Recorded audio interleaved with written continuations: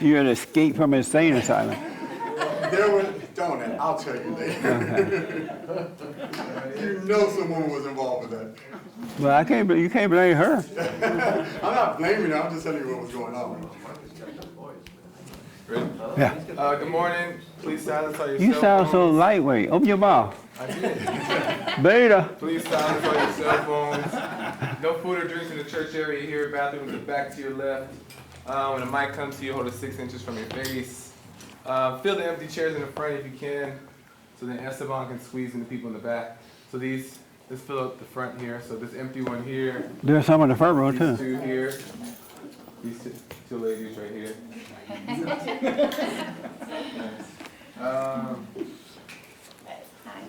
I think that's all. Thank you.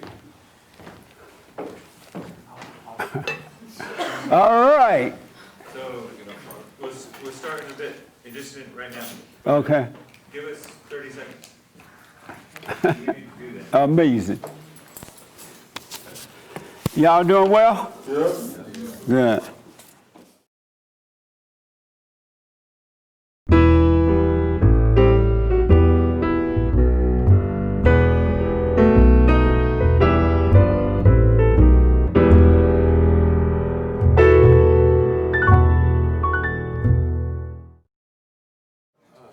Yeah, you look darker.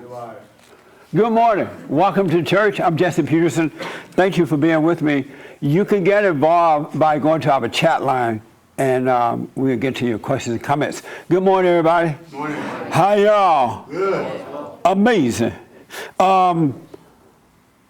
So, what I normally do, I'm going to do something a little different today.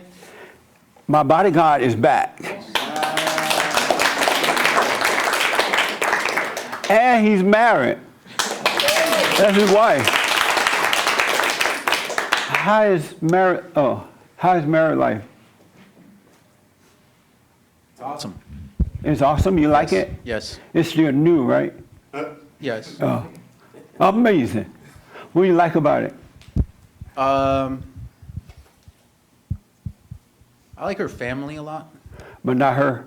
Yeah, I like her. I like her family. He And said, I just like, there's like always someone, you know, like I'm always with her. It's fine. I'm You're adapting always well. with her? Yes. What does that mean? As in, I'm always with her. When you go to the bathroom? No, Oh, no, like, I don't go to work for 8 hours a day is what I'm saying. And that's what I'm saying. but you're going to get tired of her if you're with her all the time. And you're going to wear down. You're going to be like, We'll see. and she'll be like, you don't love me. You used to carry me with you all the time. And you're like, I'm tired of it now. I doubt it. Okay. Mark went from Proud Boys to married. There is a God. Yeah. If you think you're going to never, ever, ever get married and you're totally convinced 1,000 billion zillion %, Yeah, you could be married in like a couple months. Just so you know. that's amazing. Well, congratulations, both of you. Thank you. How do you like marriage life? It's exceeding expectations, I would say. Well, you ain't seen nothing yet. Wait till the romance wear off. The new part. We'll see. That's where the rubber meet the road. Well, congratulations. Thank you. Yeah, you like him? I do. Yeah. I more than like him. Did you know he was my bodyguard at one time? I did. But then you took him away from me. And my body was left at risk. I'm sorry. He's back. Congratulations. Thank you. Yeah. And what else? Somebody else got married. Caesar got married. Did you know about that? Amazing. Thank you. How do you like it, Caesar? It's great. Yeah? Yeah. Good, man. It's just that, it was that missing link. It was a missing link? Yeah, You feel absolutely. whole now? Completely whole. Right I mean, on. yeah, it's just a different connection now with my wife and my children. Yeah. Yeah. And they were so happy you got married. They're super stoked, yeah. It was amazing. Well, It was. congratulations, man. Thank you, sir. That's amazing. Definitely. All right. Anybody else got married? Divorce? Oh, I have one last thing. Oh, I have to wait. How long? Oh. You can tell it's about him. So I ran into Joel yesterday morning, and he was like, "You know what day this is?" I'm like, "Well, it's not your birthday."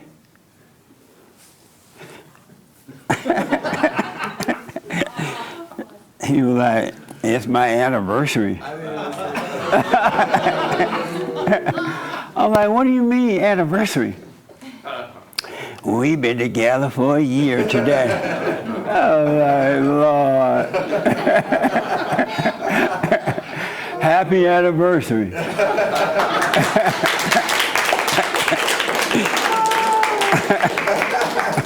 Happy anniversary, Boo.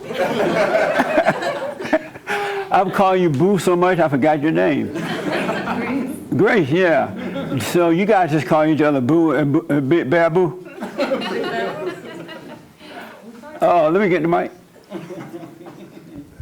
So how was the anniversary celebration last night? It was nice. I didn't expect it, but it was. You didn't expect it? Because he black?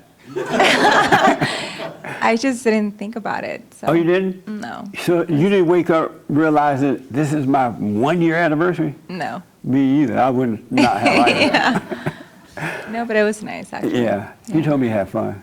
Well, good. Congratulations. So what is it like after a year being with him? I I know you realized. tried to kill him by getting him to jump out of the plane. That didn't Yeah. work. I told him the other day that I feel like I realized after the year that I still don't know him. Like I don't feel anything. Like I just feel. You don't know him? Yeah, I still don't know him. Who do you want to know? Like I feel like I think after a year you think, oh, you should know someone, but there's just Now, so most much of the to time, discover. men are so weak. By the time the year's up, the woman know everything about Yeah, him. yeah. And now it's over. Yeah, he was saying that it should be that way. Yeah. I shouldn't like know certain things and like.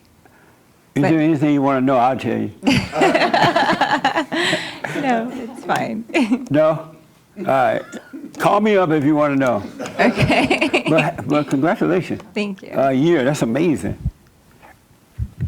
You black. Joe, you have fun last night? Yeah, it was fun. It was fun? Uh-huh. Well, so what is it I don't know like if I being- said anniversary though. What'd you say? Anniversary in What quotes. did you call it? No, I just said it's been a year. And Yeah. then we were laughing because you said, I'm like, a year what?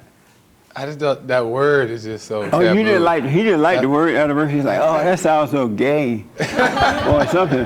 Right? Right.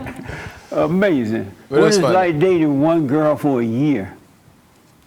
It's definitely not long enough. Ooh. Amazing, that's nice. I understand why you say, a certain amount of time, because, when there's no mess, it takes a long time to get to know somebody. Yeah, it'll work out when you do it right. Right. That's amazing. Well, I wish you another year. Better you than me. No, I'm kidding. Anybody want any questions or comments about anything? Yes, sir, right here. Hey, Jesse, good morning. Morning. So my question is, we're talking about marriage this morning, and look, it's like this. So I'm going to get to the question, but let me tell you something real quick to kind of set it up. When I was a little kid, every year in the wintertime, in December, my parents would take me off to this place. It was like a parking lot with a fence around it. We would buy a tree that had been cut down from some little tree-growing grove For Thanksgiving, for Christmas. For Christmas, okay. We'd bring the tree home into our house and stand it up in the living room, and then we'd hang colored lights on it and little fragile globes and decorations, and it was cool. Right. But I didn't know why we did that. It was for Santa Claus. Right. You it believe didn't- in Santa? I did at the time. You don't now? No. You don't believe in Santa? Well, you got issues. Yeah. So that means you don't get any Christmas gifts from Santa, right? Right. Amazing. Yeah. And so what's your question for me? Okay, so in the same way, it's like at Easter time, we would hide colored eggs all around the yard, and the kids would get all dressed up by their parents, and the boys would wear suits, and the girls wear colored dresses, and we'd go hunt for the eggs Right. that were put there by a magical bunny. And I didn't know why we did that. Right. But these are like real old traditions that got handed down and handed down and handed down. And I didn't know why we did it, but it was great and everybody loved it. Right. But it was just a tradition that nobody seemed to really understand. We just kept doing it every year.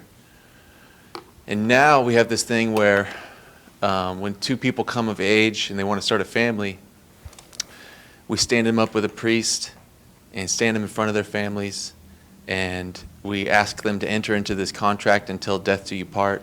And we make vows before God that, honestly, it seems to me that most people don't even understand what that means. Right. They don't know God. And they're just talking about something they don't understand, but it's a tradition that's been handed down and handed down. And it's great, but it doesn't really make any sense. And so my question is this, like you've said a lot of times, and I've heard you say it's like that God said that it's God and Christ, Christ and man, man over woman, woman over children. Right. And you say God said that, right?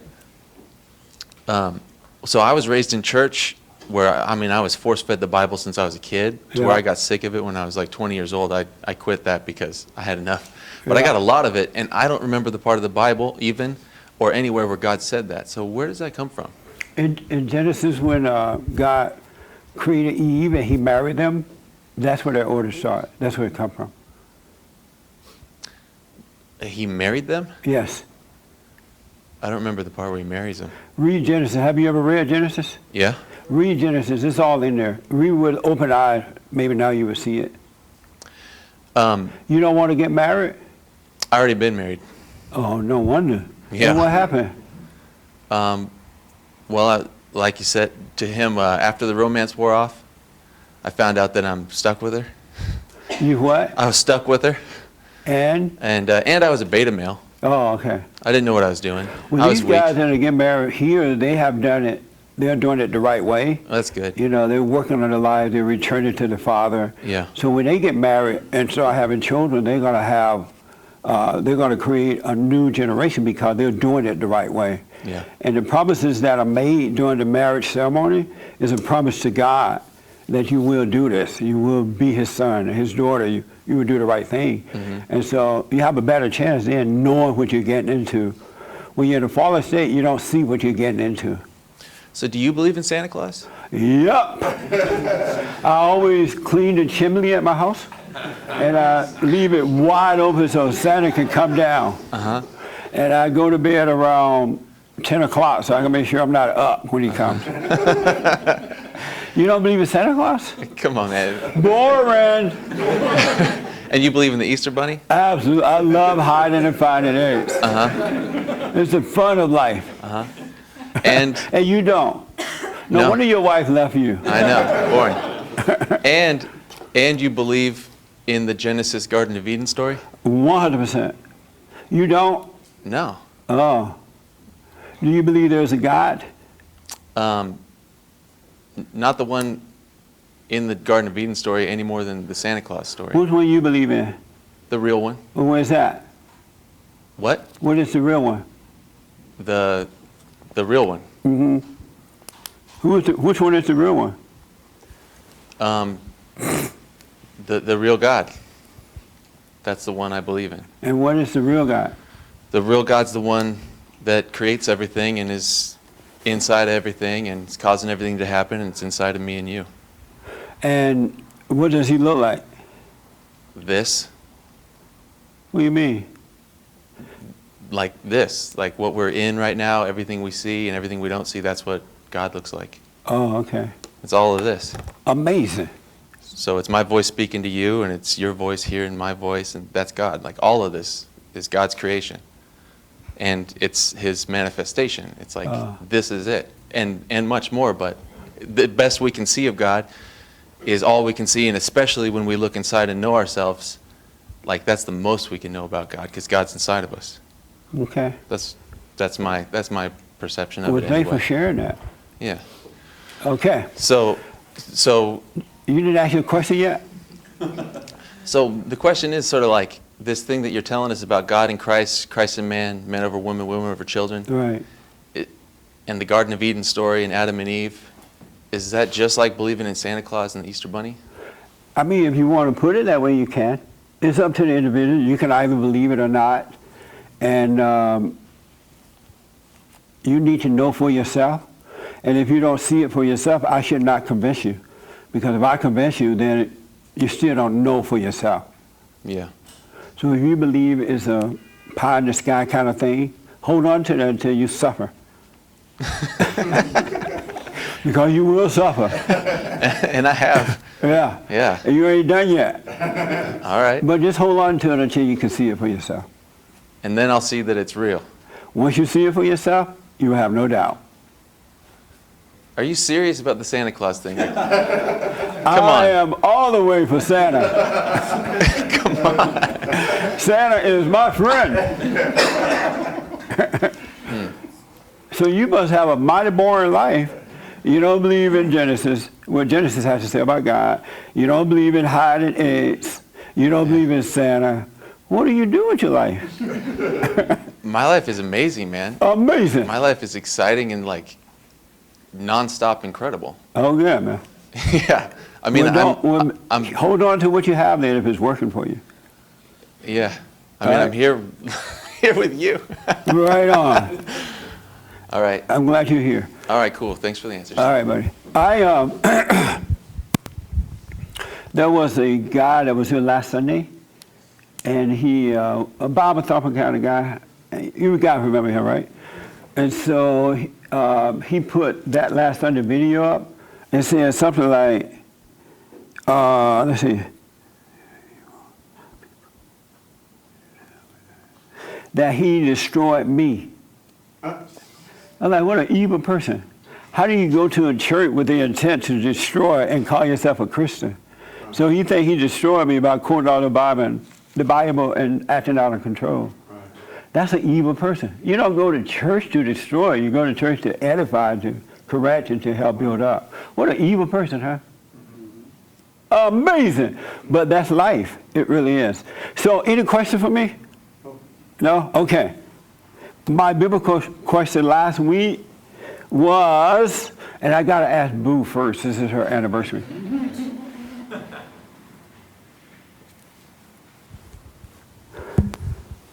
What is the American dream? My American dream?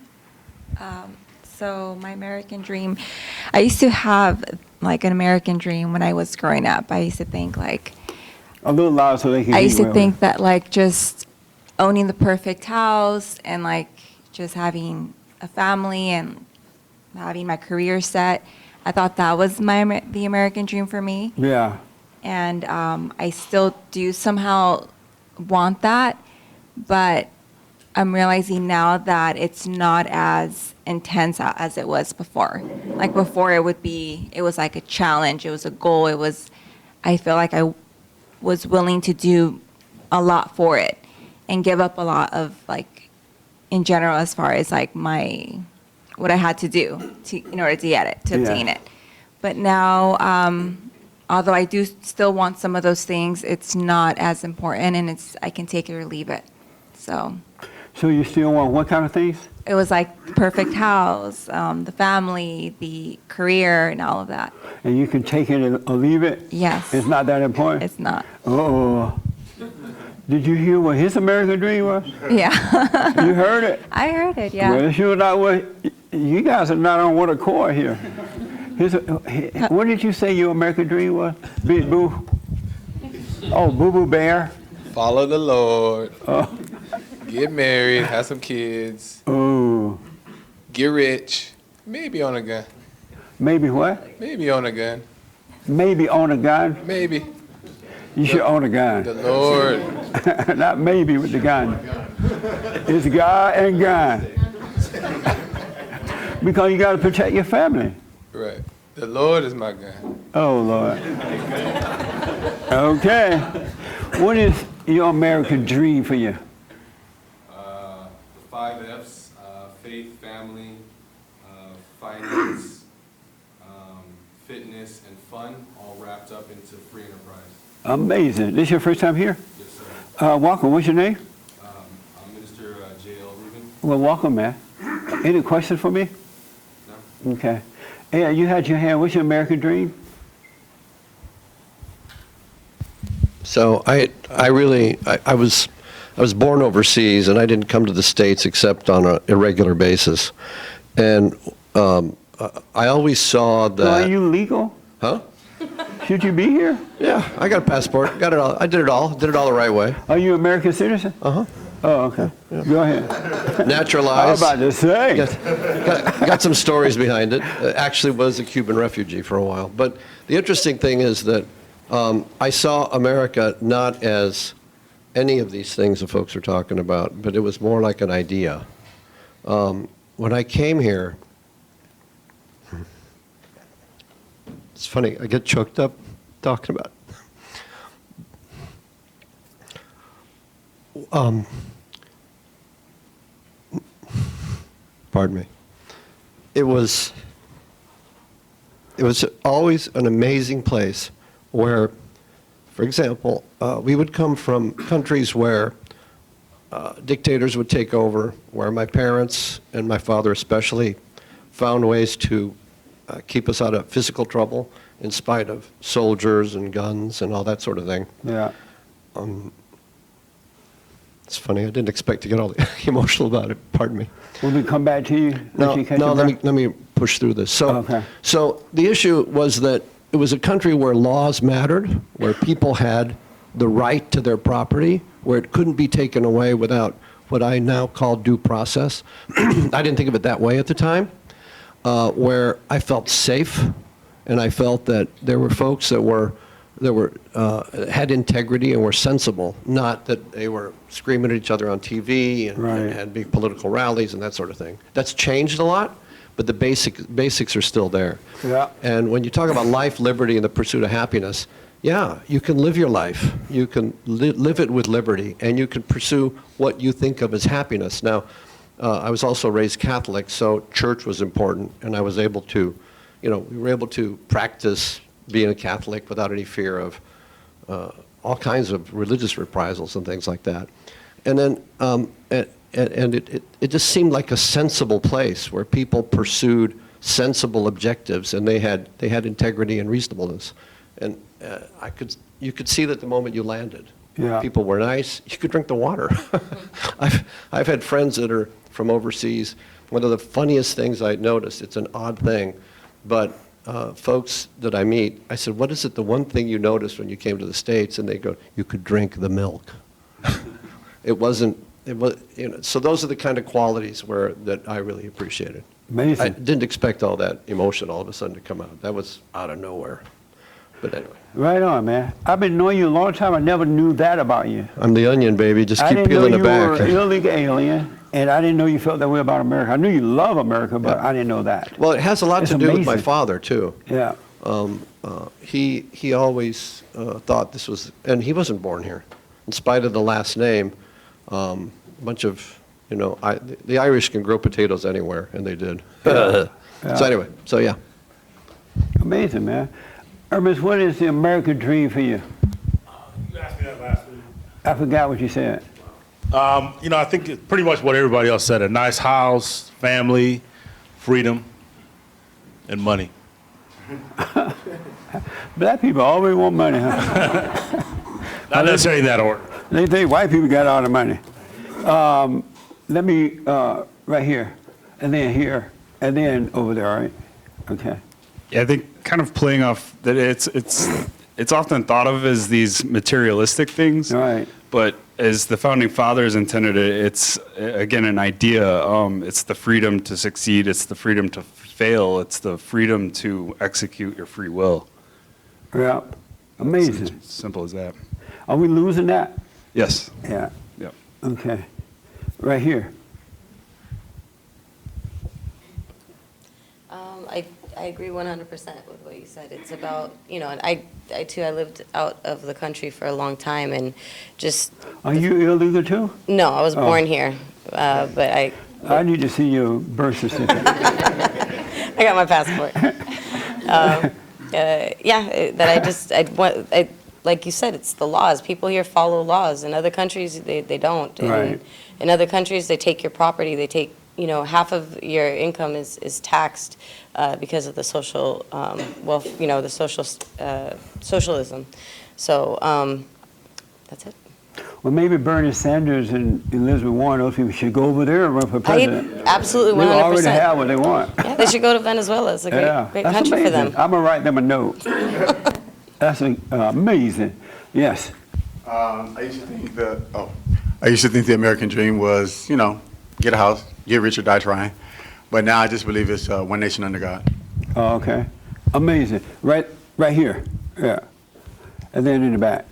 To me, the American dream is having the freedom of choice. You can do what you want. It's just you can make the right choice, or you can make the good choice. All right. Amazing. With the hat. Yeah, to me, the American dream is simply to have as much fun as possible before you die. Oh, man. That's All it. the pot you can get, huh? It's in America, other than unlike other countries, I feel like you have the most opportunity to have, whatever fun you want to have. Whereas in other countries, they kind of prevent you from doing what you want. Yeah. So, Had you thought about this question before I asked? you asked it last Sunday, so yeah, I thought about it a little Yeah. bit. Had you thought about it prior to last Sunday? No, Oh, okay. And why not? I'm not sure. I don't think I remember being asked that question. Oh, okay. Amazing. Right there in the brown jacket. Yeah. Oh, wow. Okay.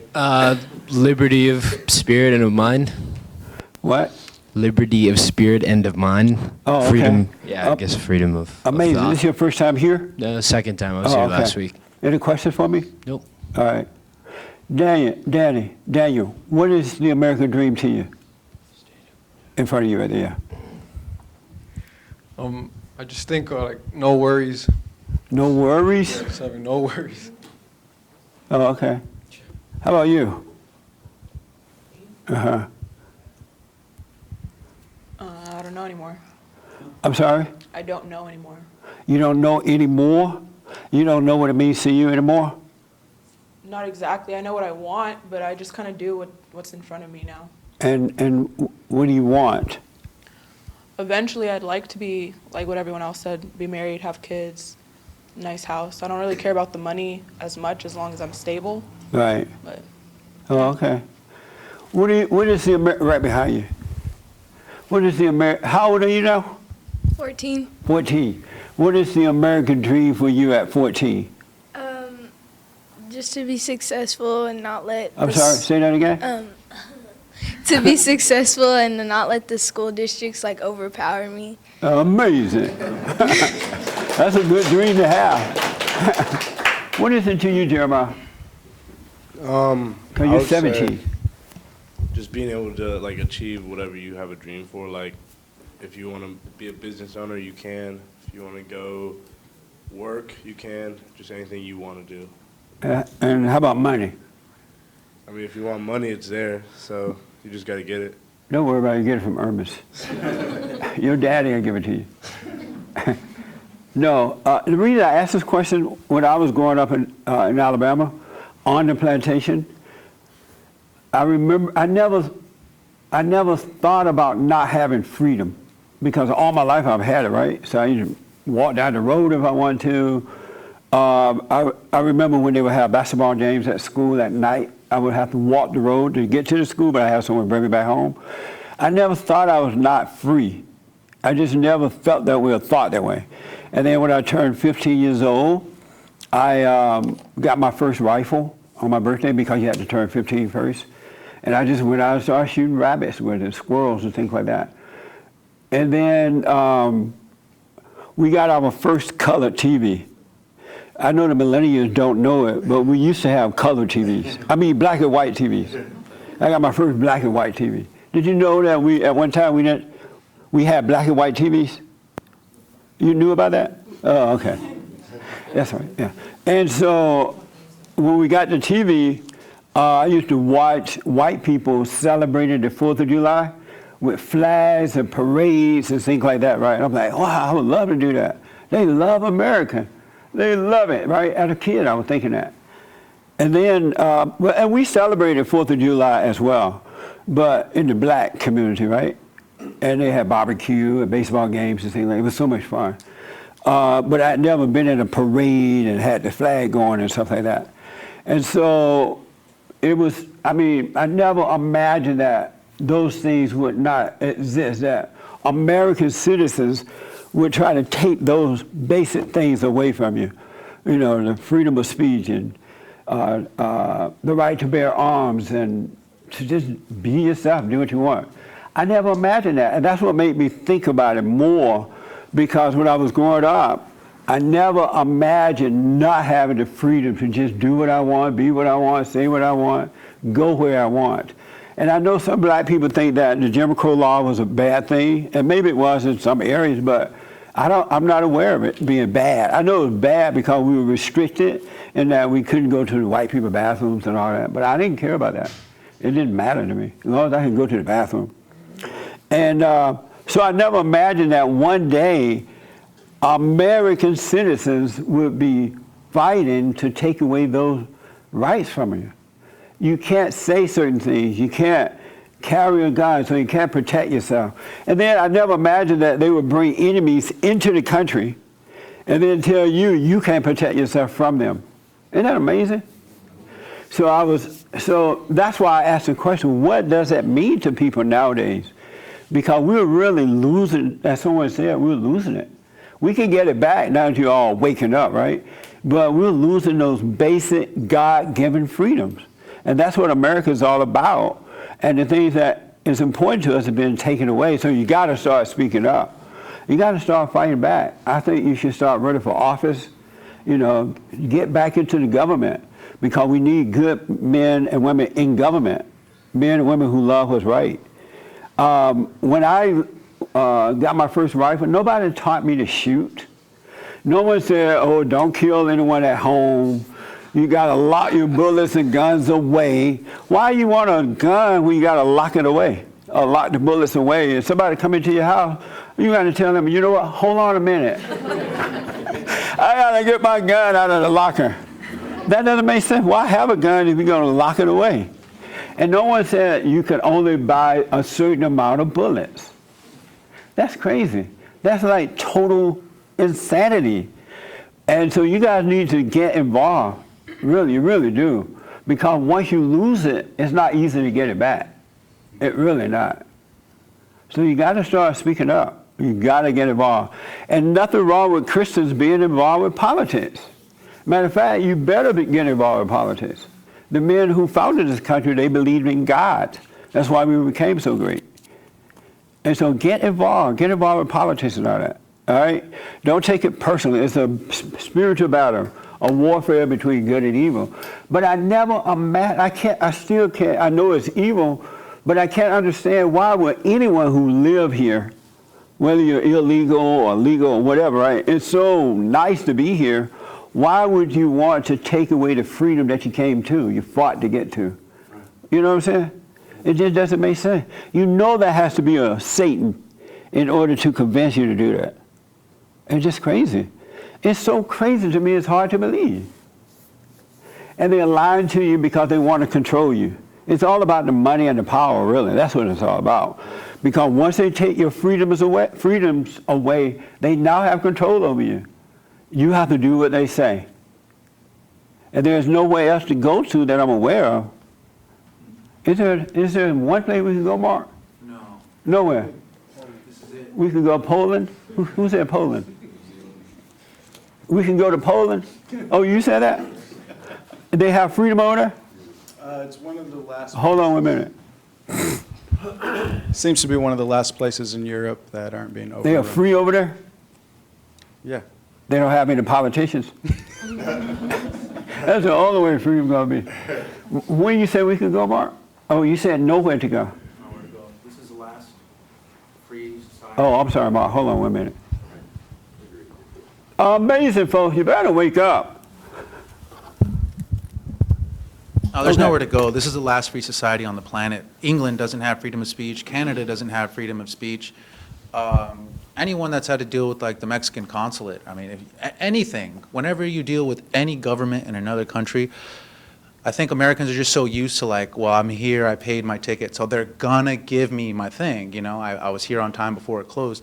They don't understand, like in other countries, they're just like, no. Yeah. Do you We're find taking your it to property. be amazing that in America today, there are people who are afraid to speak up? They can't say, I can't even imagine not saying what I want to say. You can't tell me what to say or where. At a glance. That is crazy. But there are literally people on earth right now, I mean in America right now, that can't speak up. They're afraid to. Sure, at a glance, it's insane. It's like you're fighting against the freedom of speech and you're an American. It's insane at a glance. But if you think about what's going on and what people talk about, what's on every screen, that's why they do it. Jordan Peterson says you have to understand the allure of the person that you're talking about. You have to understand why. And I know you understand why, but you're just saying it's insane that they're going against freedom, and I agree with that. But it's just popular, it's emotional, they get to say we're the good guys. But even if you're speaking so-called hate speech, you have the right to say that. You have the right to be hateful. You know what I'm saying? For sure. We need to know that you're hateful so we can stay away from you. But you don't take away that person's right to speak so-called hate. Sure, we don't need a law to protect speech we agree with.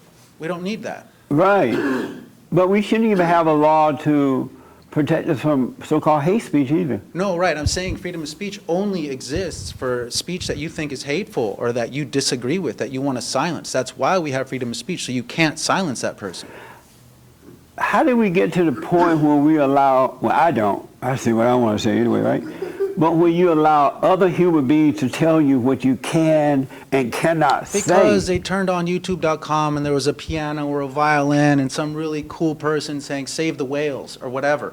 And they get into that, and then they're like all into that, and they think they're going to save the turtles or whatever, the women's rights, and they don't care that they're pushing abortion or But how socialism come or whatever. people falling for that though? Why? How come the individual said, okay, 'Cause they're lonely. if I can't say it, I won't say it. Because they're lonely. If you 'cause tell they're me afraid. I can't say it, so they're I'm not looking gonna for say it. something. They're looking for acceptance. People like you say that have good parents, that have love. They're not looking for something. They're Right. not looking for a place to belong and feel emotions about. I remember as a kid speaking my mind. And my aunt told me my aunt did something wrong, and I told her, you can't be doing that. That's wrong.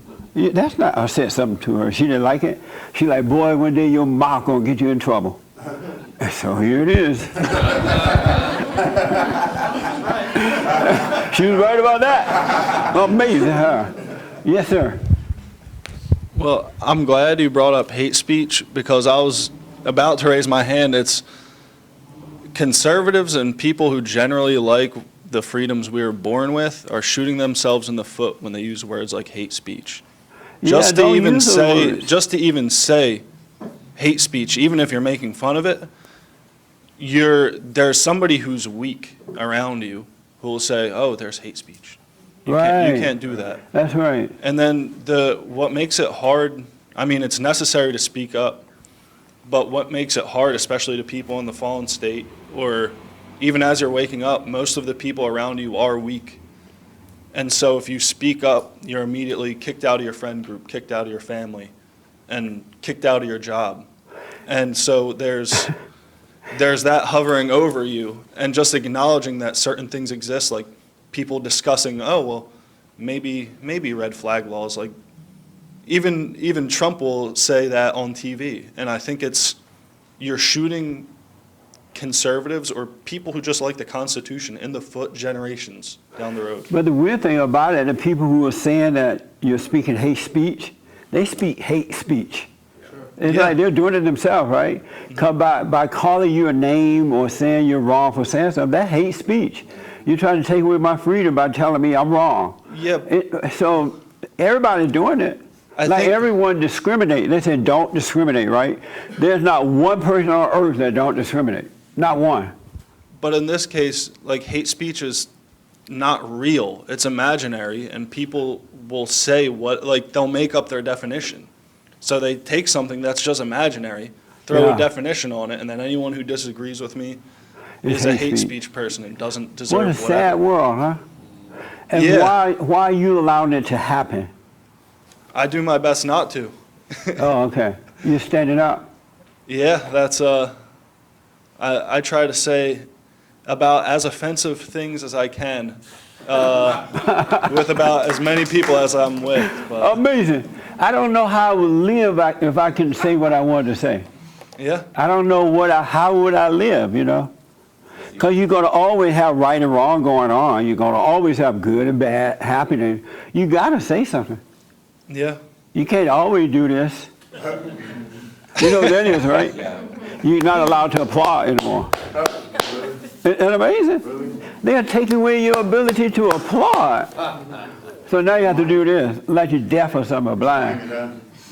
And so you are standing up. Yeah, doing my best where I can and when I Right on. can. Are you afraid to speak up? No, not anymore. And I just mean like regular talk, just regular speech. No, not anymore. Oh, okay. And I guess one thing I feel like I kind of turn to is there's certain people you know that are never going to agree with you.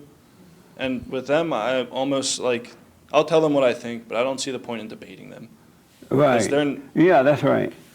Yeah, and the only other thing I had to say is like, if you look around the world, like the UK, you need to be like 18 to buy plastic knives. So Amazing. that's the level of freedom around the world. I was right here. I went and looked at this building. You know, we had to get a new building, so I looked at this building. It was okay, right? It had a lot of parking space and all that kind of stuff. But behind the building was a bunch of apartments, and then it had Mexicans. What are those Mexican things? RVs. How come the Mexicans like RVs so much? It may not have been a Mexican RV, but it looked like a Mexican one. So whatever. It was a Mexican RV, right? So I told the guy the sales guy, I said, "Oh, this is nice, but I can't move over here because I ain't moving in the hood." And I said, "There's going a Mexican RV and a Mexican building, and won't they kill me?" I said, "Won't they try to rob from me?" And the man got mad at me. He's like, "I don't know. I don't judge." The salesperson.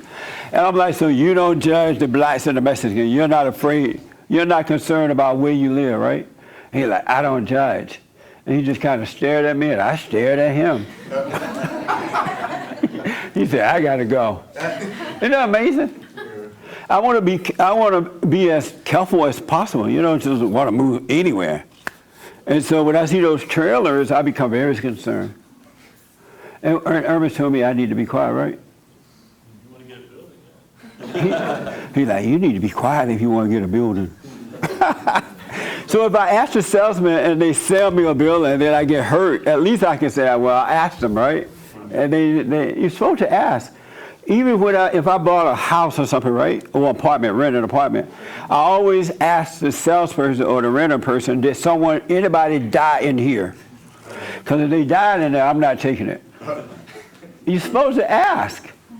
But people are so soft-hearted now, they don't want to play. It's bad how things are. And that's not the American way, really. When I was growing up, everybody said and done whatever they wanted to. They had respect for one another. But there was no such thing as can't speak up and all that. Or getting your feelings hurt and all that. You know what I mean? It didn't exist. This is abnormal. It's not the American dream. So you were discriminated, I guess? I guess. What happened to you? Well, it's a long story, but when Mark and I started getting to know each other, it was like very obvious to a lot of my girlfriends that I was changing in ways that they didn't think were that good, such as being less anxious. To them, that was a bad thing. It meant I Right. didn't care Yeah. about stuff. Yeah. And being just more calm all the time. And they were like, "Why aren't you reacting to this thing like we are?" And like I have, anyways.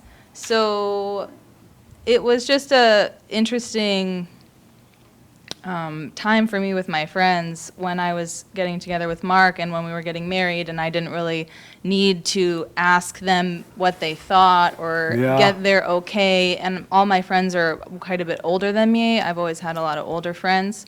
And I just didn't feel the need to really involve them, and they were kind of like a more negative. Why you want to get married so fast?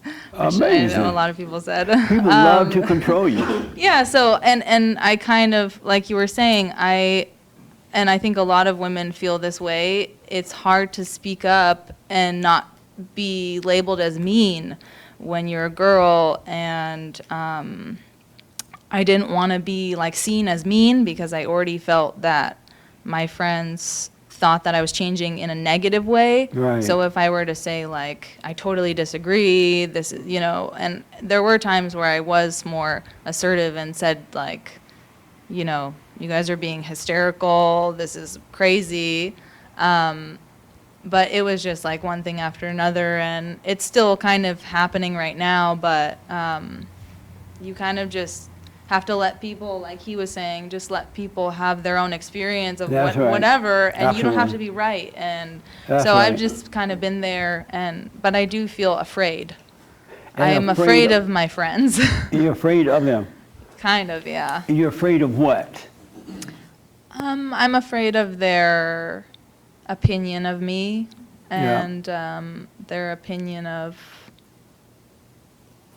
I don't know, just a lot of comments have been said to me that made me wonder if I was doing something wrong or, so I just had to really let go of all that stuff and Yeah, keep let it going. go. Overcome it. Really, let it go. Yeah. If it affects you that way, you need to let it go. Nothing should be that important. What someone think about you, what they say, nothing. Yeah.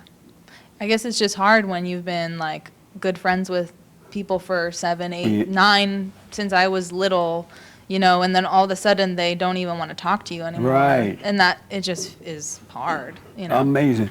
Well, just wait until you speak up to your mama. I already have. She still like you? Yeah. Oh, good. Yeah. She like Mark too? She loves Mark. Well, that's amazing. You have a good one if she like Mark. That's cool. My mom agrees with everything that Mark says and you Really? say. Yeah. Right on. I would say my mom is not an ordinary woman. Right on. Yeah. Amazing. Did you have your hair? Oh, it was something about. Oh, hold on 1 minute. It was a long time ago when you were asking why people were accepting of having their freedoms taken away. Right. And- I just don't understand why one individual would allow another individual to take away their freedom, to tell you what you can and cannot say, or what you can and cannot wear, where you can and cannot go. I can't, and even men are allowed this to happen too. I can't see what happened in the mind that come about, that someone can tell you what you can say. How you gonna tell me what to say? I think fundamentally it might be something to do with wanting to be accepted. You don't want to feel the rejection or like So that it's pain. an insecurity within that person. Yes. Yeah, that makes sense. And having your things taken away as well, like your job taken away, just your reputation, or because obviously Oh, nowadays, like even at my job, like there's like so many things you can't. You have to be okay with people that are gay and like all these things, and then you just You can't even say that's a man in a dress. yeah. You have to say it's a woman, and you know it ain't no woman. Yeah. Or a woman in pantsuit. Let's be honest. You have to say that's a man, and you know it's a woman. And people are afraid to say that's a man or that's a woman. And because they don't want to lose something, right? Yeah. Amazing. Absolutely amazing. That leads me right to what I want to talk about. I'll get to it in a minute. I'm looking at the clock here. God said that we must be born again, right? You must be born again. And once you were born again, you could be in the world but not of it. Meaning that no one can make you afraid because they're going to take away something from you.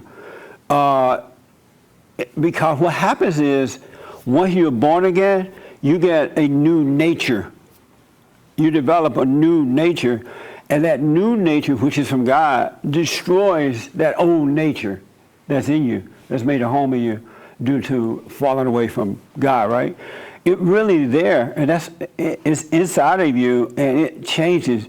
It takes away the old nature, give you the brand new nature. And that's why even in the Bible it says that old things, once you're born again, something like old things have passed away and all things are new.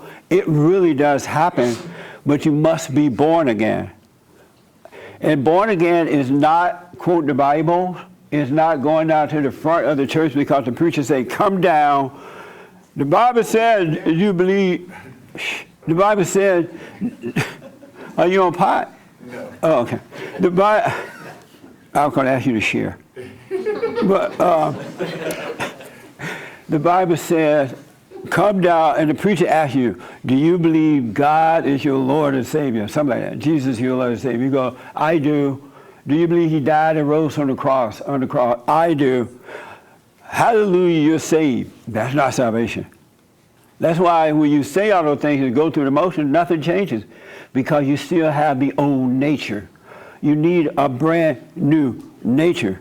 And so Christ came so that he can dwell in us, and in dwelling in us, work through us to change that old nature into a brand new nature. And in that brand new nature, I'm telling you, there is no fear, there is no doubt, no worries, no insecurity. You don't hate anyone, but you also don't agree with all the wrongdoing. You're able to say, no, I don't agree. No, this is wrong. This is a man in a dress. This is not a woman. He's a male. And you won't have any fear about it at all, because what happens is when that new nature develops, as it is developing, you lose the relationship with the things of the world, like your money, your job, your friends, your family members. That changes too. Whereas they will have no impact on you where you are afraid to speak up because you're going to lose something. It's so interesting how that is. You lose that fear of losing something because you know that without even knowing that you know or thinking about that you know that your Father is going to provide for you. Yep. You really do. You just know it. And so material things, because there's like the lust of the eyes, for money and places and things and friendship, right? But there's also the destruction of the spirit. So that has to be born again too. But what happens once you're born again, the lust of the eyes thing disappear. And you will see that the house, the money, the job is just a means. It's just, this is where I live and this is my Father provided for me. But it's not your life. You just naturally lose that. It just disappears. But you must be born again. You need a brand new nature. And a lot of people don't know you really do get a new nature, because when you're in a fallen state, you have Satan's nature. You have his identity. And that's why his identity is hate, fear, worry, is of the world. It's about the world. And this world is of Satan. It's Satan's world. But once you're born again, you could be in it and not of it. You'll be in paradise in the world. And you'll see all these weird things happening, but it won't affect you at all. As I said, the world is living the Old Testament out. It's still happening. The new world is inside of us, the new nature, the new identity. But you must be born again. It's got to be born again in order to experience it. Yes, Hermes. Yeah, listen, I can relate to that. I had an experience yesterday where we went to look at a college, and I was talking to a couple of parents, and they were asking me about a school that we looked at that was like just blatantly liberal. And they were trying to kind of get a feel for why I didn't like it. And I'm watching myself like saying the words without saying what I really want to say. It was a weird feeling, just so like, I didn't want to say like it was like SJW, you know what I mean? Really say what I wanted to say, which was that it was a liberal. You didn't say it? I said it, but I said it, I'm watching myself say it, like picking my words so that. You said it, but you were nice about it? Yeah. Beta! Yeah. It was, beta daddy. I felt like they probably agreed with me. They're trying to see where I was coming from. Yeah, especially with black too. It was weird, yeah. But that's what happened with the schools. I had a close family member. We were talking on the phone the other night, and she was telling me that her son is deeply in debt from school. He's like $100,000 in debt. Plus, they give you a credit card. I didn't know that part. And he ran the credit card up too, right? So he's like totally in debt. And he's not even doing what he went to school for. I'm like, and so it's because of not being able to speak up. Because if parents spoke up, there's no way those teachers would be brainwashing you like that. And they refuse to pay the money to send you to school. No way the teachers would be doing that. I saw a video this morning that James talked about on his show where an adult male teacher was beating up a kid, 15 years old, in a classroom. And he was fighting that guy like he was fighting another adult man in the classroom. And I'm thinking, I never thought to fight my teacher or have a teacher fight me. And I had a couple mean teachers. Miss Jerkin. I remember Miss Jerkin whooped me once. And I ain't like her since. I think she did. But I never thought of fighting her. I just knew she was mean, right? But all that's going out the window because you're afraid. You won't speak up. You're losing your freedom. You must be born again.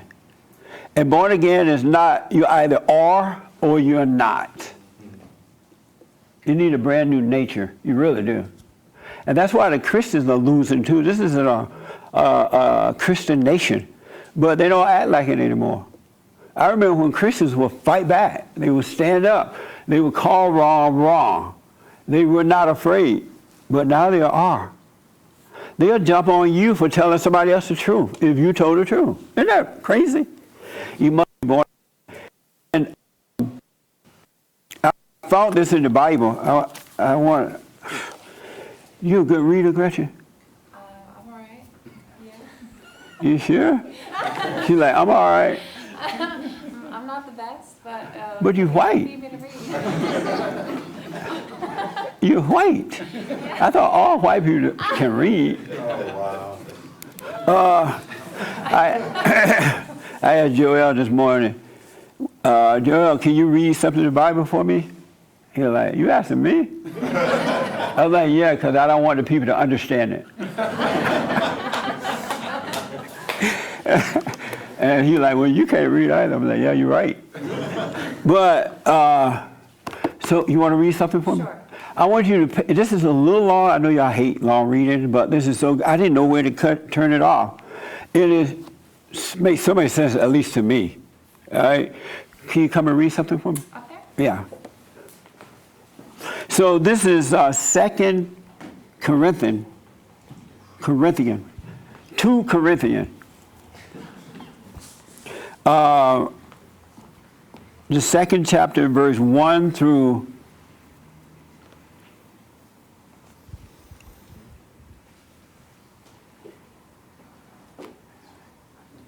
just stop right here. All right? Okay. So you start here. That is long. Okay. It's long, huh? How you feel about this? That's fine. Because I want it loud and clear. Somebody went to the bathroom? Yes. We'll wait till the person come back from the bathroom. So this is Gretchen. And Gretchen cannot get fired because you work for me. Yes, sir. Is everything while we're waiting? Yeah, hold on for the mic. You must be born again, and you can be born again. And there is a new nature in being born again. You do get a new nature. You're no longer in that fallen state, and Satan is your daddy once you're born again. Yes? Could you say which one it is again? 2 Corinthians. Is that right? Oh, 1 Corinthians. I mean 1 Corinthians. 1 Corinthians. And what chapter? Chapter 2. Starting at verse 1, and we're going to stop right in the middle of 10. Really, I can read the whole thing, but it's too much. You have that? Chapter 1. 1 Corinthians? Chapter 2. Yeah, chapter 2. And what's the name of my Bible? The New Jerusalem Bible. All right. Yes. Okay, I just wanted to say. She's back? Oh, she's back. I'll be real quick. My mom gets scared because she worries about me saying things because people are so crazy, you know. But I make sure I choose some things. For instance, I was on my way. I worry about you too. Huh? I worry about you too. I worry about me as well too, but you gotta say something. You know what I mean? So what happened was I was coming to here on the bus, right? And there was this guy who had his headphones in, right? And he was talking really loud across the bus or whatever, because talking to some people he was with. So I went up to the front and I just told him, one ear open, so to take this thing out. So he took it out, and he got mad at me and saying, "Oh, I'll beat you up. I'll do this." And I just walked back to the bus where I was at, because if he came back to the bus where I was at, we'd have a So you went down to the front of the bus and told somebody to be quiet? He was really loud, yeah. He And should so have beat you. Huh? You can't tell nobody to be quiet. I didn't tell him to be quiet. I told On him the bus? I just told him, hey, with the earplugs, I had to just pull the thing out so I could talk to him. But all I needed him to do is take the ear out, then he would know how loud he was, right? And so he started talking to the girls where he was at, and he just got over and started sitting where they were at. He did what needed to be done without me even having telling him. Stay to off be the quiet. pot. Huh? Yeah. It's not- without me Okay, having to let me tell him take that anything. hammer there. No, without him telling me. No, you have to be wise with it. I was wise. Okay. I'm saying without me even telling him anything, once he had to take the thing out to hear what it is I had to say, and all I He wanted was to do- disturbing you? No, he was just loud. Was he disturbing you? No, he was stirring the lady behind me because she was sticking with a kid and stuff like that. Did you know the lady? No. Was it your mama? No. Was he had loud music? He was talking loud because he's had Was his he music black? on. Yes. Well, black people talk loud. I know, but it was particularly annoying. But All right, I got to move on. Yeah. Right there, real fast. How you going to tell black people to shut up? I didn't tell him to shut up. Okay. It was just a quick to the born again, because you hear that a lot, but then like you said, you hear do you claim Jesus Christ? You hear what now? The born again situation. Right. I've been seeing that a lot, where it's kind of like they get them up and they say, do you confess that Jesus Christ is your Lord and Savior, blah blah blah, and then they say, yeah, I do, and then they kind of send them off into kind of darkness. So what I've been noticing is like you said, born again is not just those words necessarily. Those words will come to you naturally already. Right. You don't need to say it in front of everybody in that way. And they don't tell them to meditate. I've noticed that meditation is. You shouldn't meditate, you is should key. observate. You want to just observe. Yeah. Watch. Yeah, I don't know. I'm just saying. When you said that, I started realizing they do that a lot Yeah. in churches, but they don't. They just let everybody go. That no one grows. Yeah. So it's almost like it didn't even really happen. It's unfortunate. And born again is not something you can do. You can't make yourself be born again, right? But when you forgive, you know how when you go and forgive, all of a sudden you see things differently. It's like you wake up, right? That's all you need to do. Once he wakes you up like that, we have Christ inside of us, and he is changing. He's a new nature, and he's changing your nature. And you realize one day, wow, I'm just not the same anymore. You forget how you were in the past, and you think, wow, this is amazing. And you start seeing reality versus the illusion of life, things that you did not notice before. You start seeing them through his eyes because now you have a new nature. So I want you to hear this, and so a little loud for me. Sure. This is from 1 Corinthians chapter 2. Now when I come to you, brothers, I did not come with any brilliance of oratory or wise argument to announce to you the mystery of God. I was resolved that the only knowledge I would have while I was with you was knowledge of Jesus, and of him as the crucified Christ.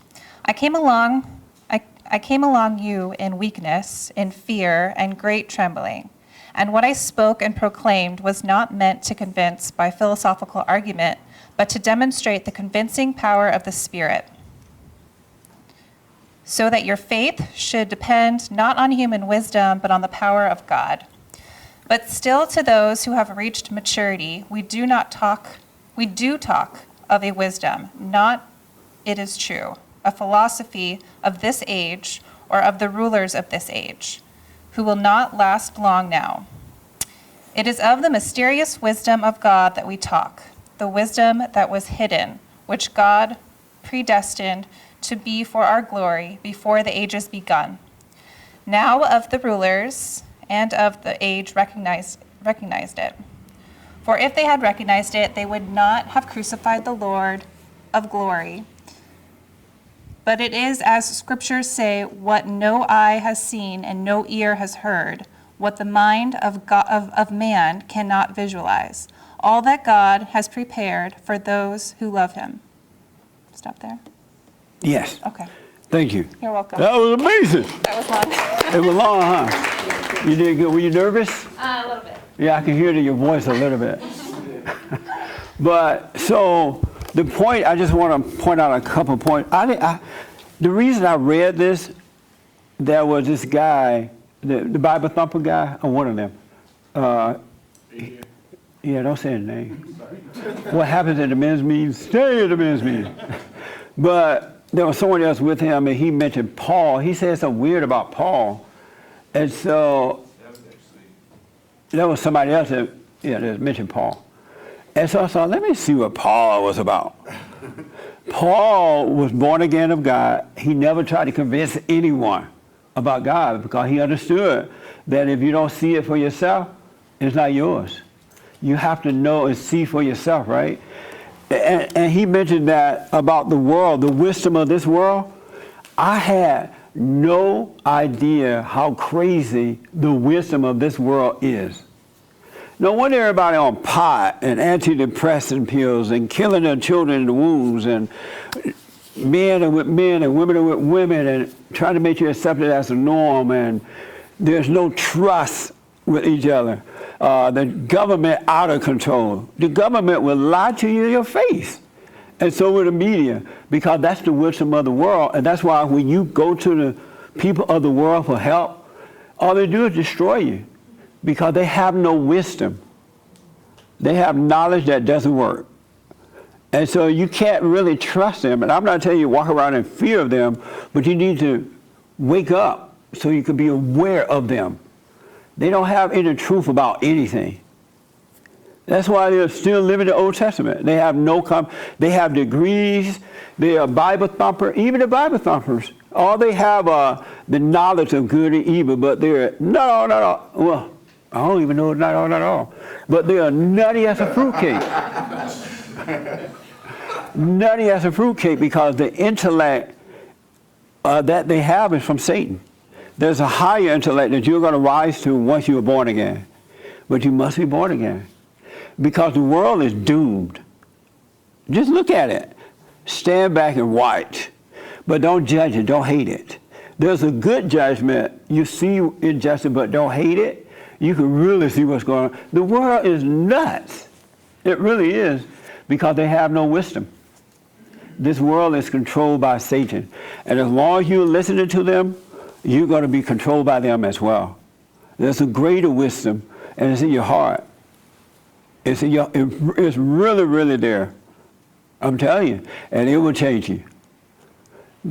Christ is living in you, and when you wake up, when you admit you're wrong and you wake up, He will change your nature. It's a spiritual change. It is so amazing too. I did not have any idea what it was like until it started happening to me. And if it happened to me, it happened to you. But you got to admit you're wrong. You got to stop judging people. They can't help it. The people of the world cannot help themselves. And you owe it to them to love them enough to be honest.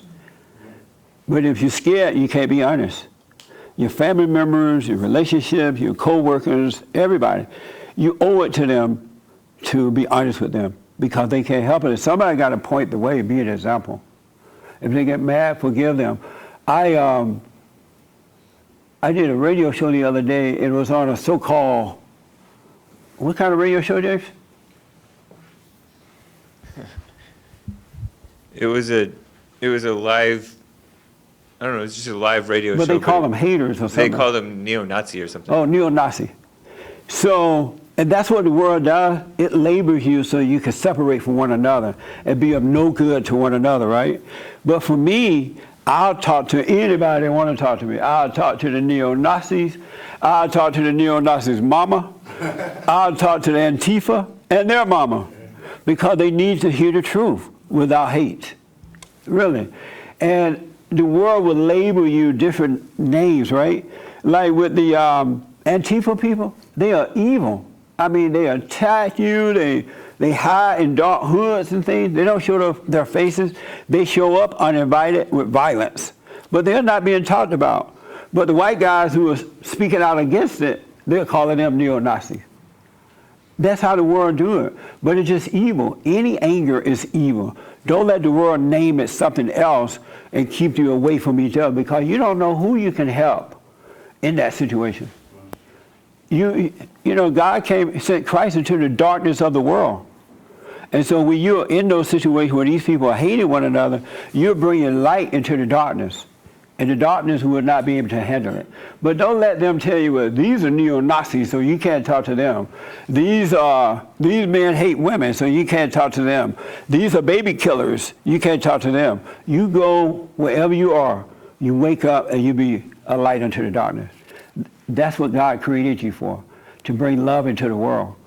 All right? So don't let them tell you that. Don't let them divide you. Don't stay away from people just because somebody else labored. Even with the drag queens. If the drag queen wanted me to come speak, I go and talk to the drag queens, really, and tell them why they done what they did and how to overcome it. You got to show love. Christ was sent because God loved us, and we were in bad shapes before we were born again. So we can't judge anybody. But the world is keeping us apart so that we won't be of a light to one another, and they can accuse you and control you. That makes sense? And if you pay attention, they label everything. And they tell you, don't label. They're doing it all the time. They do it all the time. They got it so bad now that the white guys are afraid to even speak up because they know they're going to be called names. But the guys in the black, they're out there running wild. Black Lives Matter. Black Lives Matter did all that chanting when we want dead cops, when we want them now, right? Now the cops are under attack, because they call the cops white supremacists and things like that. And we got to be out there for the cops, because the cops are gone, they're going to kill you. But don't let them divide you. You know, be in it, but not of it, but you must be born again. And you can't make yourself be born again, but you will see a change happening in your life. You won't feel it, you won't taste it, you won't touch it. You will see it happening. All right? That makes sense? Yes. All right. Yes, James. So when you get a chance, read that. You'll see. This is a super chat from James Burns. Hey, James. He said, what does it mean when the Bible says not to rebuke your elder? Not to rebuke your elder? What, right? Well, we have to show the elderly respect. I don't even know where they are. I don't see them anymore. So you don't have to worry about that. Where are the old people?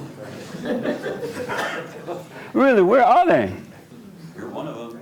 I'm by myself. I don't think I'm old. No, I am. But where are they? They're supposed to be passing down wisdom to the next generation. But I don't see them anywhere. Yes, Joe. One more. But you're supposed to respect the elderly. Yes. Texas asks, do women get extra grace on the day of judgment since they have a weaker nature, or does God hold everyone accountable to the same standard? Is that a serious question? Did they get him a super chat too? No, but he's always listening. Oh, so what's that question? Do women get it easier from God because they're weaker? I ain't never heard nothing like that. No, we're all the same. God loves us all. Really, we're children of God. He's not going to treat anyone special or different. Yes. What about the elders who are asleep? Poor people that are suffering. But how do you, as far as respect goes, Be if honest, they but need the don't wisdom? hate them. Don't curse and don't carry on, but be honest with them. And that's what love is. So what is that respect, though, for the elders? What does that mean, respect the elders? The same way you respect Boo Boo and me. You would be honest with us, right? Right. But you won't hate us if we got mad or disagree, right? Right. That's respect. Would I respect the elder the same way I respect somebody younger than me? What? Would I respect an elder the same way I respect somebody younger than me? Yeah, you treat everybody the same. So then it's not real to say respect There's a your elders. world of respect that they think that just because you're an old person, you're not Right, supposed to right, tell that person right. the truth. That's of the world. Right. But if you love God, you're going to tell anyone the truth and hope that they can see the right way to go. Right. But just don't, a lot of people curse at the elderly now, and you're not supposed to be doing all that. Right. Yeah. Okay. Unless you're white. White people do it all the time now. I've literally had so many white families in my office over the years, and the little kids be cussing them out. The father or the mother would say something, and it's not true, and the kid would say, "Ew, lying." And then they would say, "That's a D-lie, Mom." I'm like, I didn't know white people curse like that. And the parents like, "Johnny, be quiet." My parents be, boy, if you can't. Say it one more time. But just, you really, once you're born again, the love is no different. It doesn't matter how sinful you are, or black you are, or white, how old, how young. You're going to naturally treat everybody the same. You can't help it. Because you're the son of God. He's operating through you. So you won't be able to help it. You just won't cuss them out and all that. That make sense? Yeah. All right. Yes, Mark. You take your mind? I was just going to say, don't you think it's appropriate to kind of keep your mouth shut when it's someone elder? Like, there's a way to kind of say, well, I disagree with that. You know what I mean? To show respect. So you just look. I think Even someone. when they're wrong? I think someone looks disrespectful when they're like trying to drive home a point to someone older than them. You know what I mean? Even though they're like trying to let me explain it to you. You don't understand. You know, it's like. Well, you still have to be honest with the elderly. They need, Sure, I'm they not need the saying light don't too. be They may honest. die any day now. Sure, I'm not saying don't be honest. I'm just saying you don't think there's a different way that you speak to elders and someone younger than you, for example? Well, so Joel may cuss you out, tell you the truth, right? Okay. But with the elderly person, he wouldn't. Right. He'll tell them the truth and just kind of hold back a little bit. Okay, yeah. So. But with you, he'll curse you out. But you're supposed to be absolutely honest with. Even when I was a kid, I was honest with the elders. Yeah, I'm not suggesting to be dishonest. What are you suggesting? I'm saying, don't you agree that there's a certain level of like, just be quiet and you don't need to convince them they're older than you? Shut your mouth. Well, you shouldn't try to convince anyone. Not even a young one either. Okay. So it's equal. What do you say? What? It's equal to all, is what you're saying. Yeah. God is equal, treat us all the same. The love that comes through you from him, it's the same for everybody. Matter if it's a baby or an adult. So you don't think it's natural to think they've lived longer, they've been through more, I should be quiet, maybe I don't know what the, I mean, if you can see that they're wrong, you should be honest with them. But if you're saying something you don't quite understand and you don't know if it's wrong or right, then you can wait. But you treat everybody the same. Sure. I know why too, because in God there is no age. Okay. Really, when you wake up, there's no age, there's no time, it just is. And so, but the world have taught us that, oh, that's an old person, don't say nothing. Like, don't you think it's terrible when you see like a Colin Flaherty movie and someone's beating up some old woman? Or Do I like feel terrible? Like, isn't there something else that happens? Well, you're not supposed to beat them, Mark. That's a different subject. All right. I understand you. Are you honest with the elderly? Yeah, I am. You speak up? I do. Do you feel weird about doing it? No, it feels perfectly natural to extend them a little more respect. And what does extending them respect mean? What do you mean by that? Like being less, just taking a submissive position in general. Submissive? Yeah. Interesting word. Just like if they're going to say something, I don't need to correct them. Say, okay, that's cool. She's old. Leave her alone, you know? I mean, but if you're not someone was supposed like to my force- age and saying something to me, I'd be like, no, you're dumb. Shut up. You know, I would speak back in that way. Oh, no. I got smoke on that one. I think I know what you mean, but once you're born again, because in you there would be no hate, no anger, no disrespect, it would be nothing but love, right? And so even if your parents are wrong, and they're 90 years old, you're still going to tell them the truth. You just won't curse them. I'm not saying to not love them. I'm not saying be dishonest. But when you're not honest with someone, that is the lack of love. I agree. I'm not suggesting either of those things. I'm saying that there's a way to be of love, that you treat children a little bit different than you treat a teenager, than you treat someone your age, and you treat someone who's elder. You just treat them differently. I speak to Jeremiah differently than I speak to Ermias. How do you speak to Jeremiah? I'm always, huh? What do you say? I thought he said something. I'm always like excited. What are you doing? To see Jeremiah? Yeah. Nutrition, sports. He's growing up. And so you like everything's excited exciting. when you see him. I am excited. Everything's And then exciting when when I you see see him. Ermias, you're not excited. Like, Lord. When I see Ermias, here you go he's again. kind of like my big brother. You're You like know what I'm same saying? old born Ermias. I kind of have like a big brother vibe with Ermias. you know? Really? I kind of like report to him, I feel like. Maybe I'm judging, I'm lying, I'm not dishonest, I have So no let me love. tell you, I hadn't seen Jeremiah in a bit. Jeremiah, my godson, by the way. And so he walked into the office today. I'm like, where you come from, Satan? And that's the same way I would play with Ernest.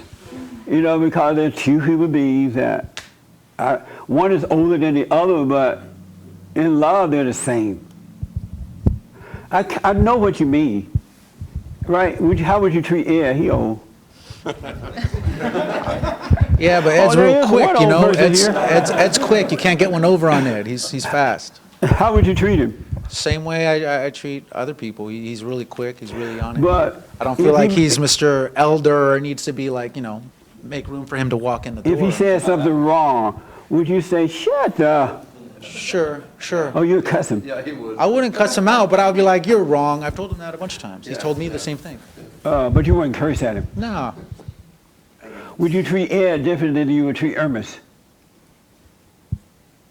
No, they're both kind of like, They both are old people, so you yeah, treat they're them the both- same. I treat them both So like you big see brothers. Ernest as your elderly?